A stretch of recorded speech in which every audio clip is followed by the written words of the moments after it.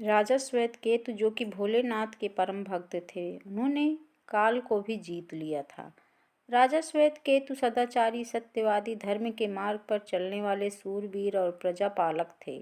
वह अत्यंत ही निष्ठा और प्रेम भाव से प्रजा का पालन और अगाध आस्था और श्रद्धा भाव से शिव भक्ति करते थे। उनके इस भक्ति भाव से महाकाल अत्यंत प्रसन्न थे। उनकी कृपा से श्वेतकेतु के राज्य के लोग दुख, दारिद्रता, अकाल मृत्यु और महामारी से अछूते थे। दूतों के आने में देर होने के चलते यमराज स्वयं ही राजा श्वेतकेतु के प्राण हरने पहुंचे, लेकिन वहां उन्होंने देखा कि वह तो महादेव की साधना में लीन है। अब तो वह सोच में पड़ गए कि इसके प्राण कैसे हरें।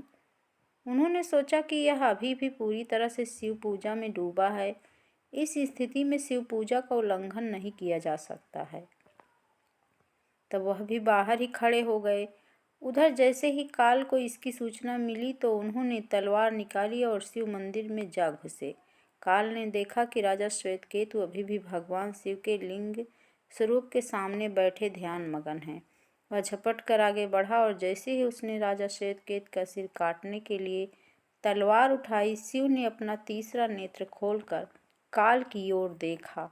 भोलेनाथ का तीसरा नेत्र खुलते ही काल वहीं राजा श्वेतकेतु के सामने जलकर भस्म हो गया। थोड़ी देर बाद जब राजा श्वेतकेतु का ध्यान टूटा, उन्होंने अपनी आंखें खोली तो राख में बदल चुके काल को देखा। उन्हें चिंता हुई कि यह कौन है और क्या है। श्वेतकेतु ने भगवान शिव से पूछा, हे भोलेनाथ, ये किसकी राख है? इसे किसने और क्यों जलाया? तब भोलेनाथ ने बताया कि यह काल था जो कि तुम्हारे प्राण हरने आया। राजा श्वेतकेतु ने कहा कि हे महाकाल, यह तो आपकी ही आज्ञा से तीनों लोकों में विचरता है, लोक को नियंत्रण में रखता है। इसी के भय से तो लोग पुण्य कार्य करते हैं। आप इन्हें अतिशीघ्र जीवन दान दे दें। शिव जी की कृपा से काल जी उठा और उसने उठते ही श्वेतकेतु को अपने गले से लगाकर बोला, राजा, तुम जैसा तो तीनों लोकों में कोई नहीं है। तुमने तो अजय काल को भी जीत लिया। जीवन दान पाकर काल और यमराज ने कहा कि ऐसे जातक जो शिव जी की परम भक्त हैं, सच्चे मन और पूरी श्रद्धा से महाकाल की पूजा में लीन रहते हैं, सिर पर जटा और गले में रुद्राक्ष पहनते हैं, विभूति का त्रिपुंड ललाट पर लगाते हैं और पंचाक्षर मंत्र का जप करते हैं, उन्हें कभी भी अकाल मृत्यु का ग्रास नहीं बनना पड़ेगा।